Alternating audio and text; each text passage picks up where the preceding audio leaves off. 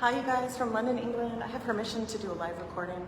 I wanted to share this with you because it is, I haven't gone in here since I came here 4 months ago, and I wanted to share a few things with you. I just got permission to record a live video from the administrator, so I want to share a couple things. I'm going to turn the screen. I didn't know what denomination of church this was. It's a Greek Orthodox. I thought it was Church of England, but it's not. It's a Greek Orthodox church. It's been here for quite a long time. But I thought this was interesting. Read this. Aristarchus the Cypriot was a Cypriot Jew and one of the 70 apostles, followers of Yeshua, brother of Barnabas, the founder of the Church of Cyprus, which was the Assembly of Cyprus that Shaul founded. They were all Jews. Shaul, not Saul, ordained him as the leader of that of a assembly here in the British Isles and sent him here to London, you guys. Paul ordained him here for the British Isles and sent him here in London.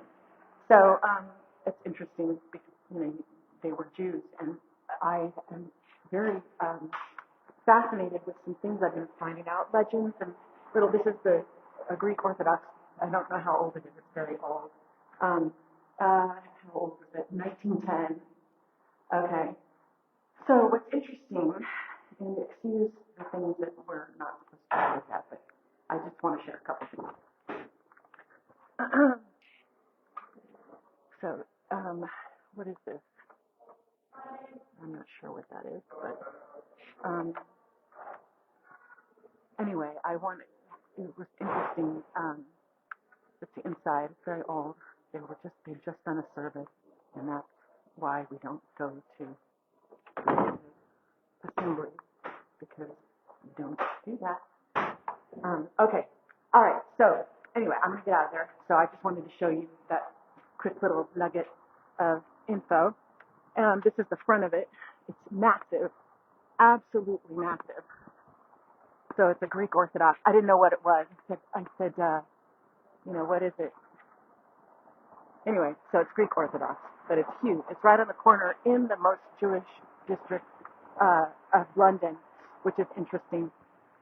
And anyway, well, what I was saying about the assembly of Shaul, which is fascinating, you guys, and I'm gonna share out because I've been writing about it, about Shaul, aka Paul, and I've been following these people. Well, this one guy in Dublin, Ireland, for many years, he's a rabbi, and he writes extensively on the lost tribes of Israel, and he really firmly believes that the tribe of Dan came to England, and the evidence that they have of tribes that came up here into all over the world. I mean, the 12 tribes of Israel went everywhere. The lost 10 tribes are all over the world, and I did pray for protection walking.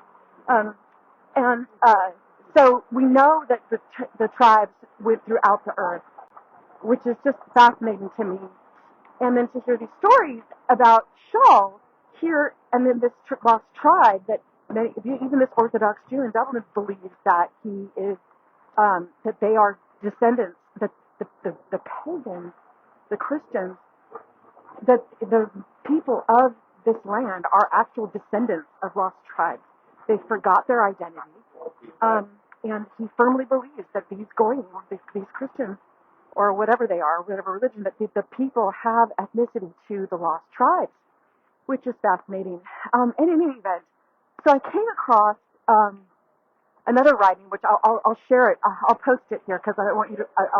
I'll post my writing of it, which is more concise and articulated. But what's cool is they firmly believe that there is a 29th chapter of the book of Maaseh, Acts, that there is a 29th chapter. I don't know if any of you have ever heard of this, but they firmly believe that there is a 29th chapter. Many, many believers, Christians and Jews alike, here in England and Ireland, firmly believe that the Catholic Church in the 3rd and 4th century purposefully left Acts chapter 29 out. Want to know why? Because it talks about Shaul's, aka Paul's, travels to England, not just Great Britain, but also Switzerland and Denmark, which the guy in Ireland thinks that Denmark's named after the tribe of Dan, and he's got evidence really to back it up. There's a guy on TikTok that I'm hoping he's going to friend me. I think he's in Ireland right now because he's an American. He doesn't have an Irish accent, but he's been talking about it a lot lately about in Ireland having lost tribes, because he's going around Ireland, and I want to go see for myself that for thousands of years, many of the streets, get this, many of the streets in Ireland are named after tribes. Levi, Cohen, actual streets named after tribes, the tribe of Levi, and so many streets, he says, are named after Hebrew names of streets. So that was interesting. And anyway, I'll post a link to his videos. They're pretty interesting. And he's a believer in Yeshua, so it's pretty cool. But anyway, so this 29th chapter of Acts, you guys, is so fascinating. I read it, and I tweaked it because I don't like, the false names, and I rewrote it with the right names before I actually read it myself, because I wanted to look at it with a fresh eye, because I've never read it before, because I've never seen it. It's not in any scriptures at all. And they're saying, and the believers here believe, Christians and Jews alike believe, that the Catholic Church intentionally left it out because they wanted superiority of the Christian religion, and it had to be based in Rome. That's why it ends the 28th chapter with just Rome. Paul in Rome. But that's not where he went. He went to England after that in the 29th chapter. So it's just the lives of the scribes and the it's just interesting. So I'll post it, and I want you to read it for yourself, because it's fascinating to know that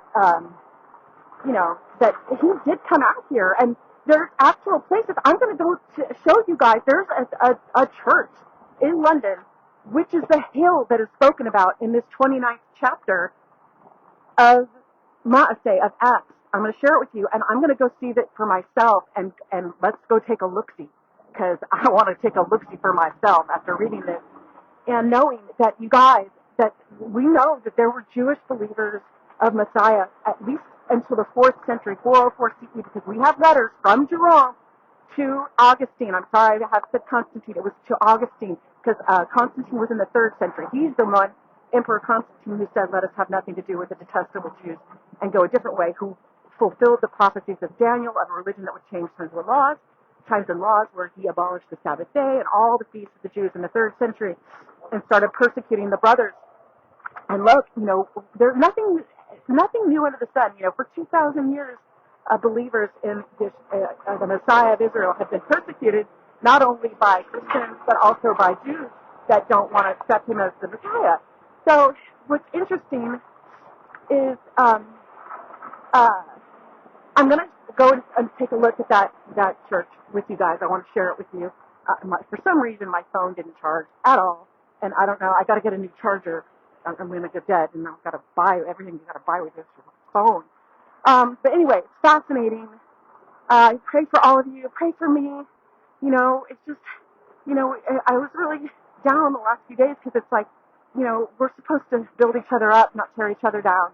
And especially among the believers, we need to pray for one another, love one another, and stop judging one another. And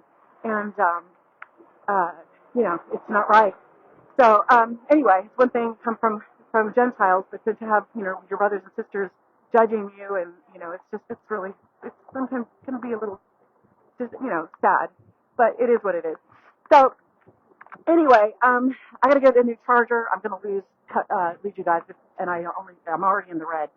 So and I don't know how to turn this thing around. So anyway, but I'll post the link of this 29th chapter of Acts, and the evidence shows you guys that they purposely left it out. The Catholic Church and the Christian Church doesn't know, but the Christian Church here in England and the Church of England, that's why they separated from the Catholic Church I think because they had evidence that there were more writings that they were suppressing.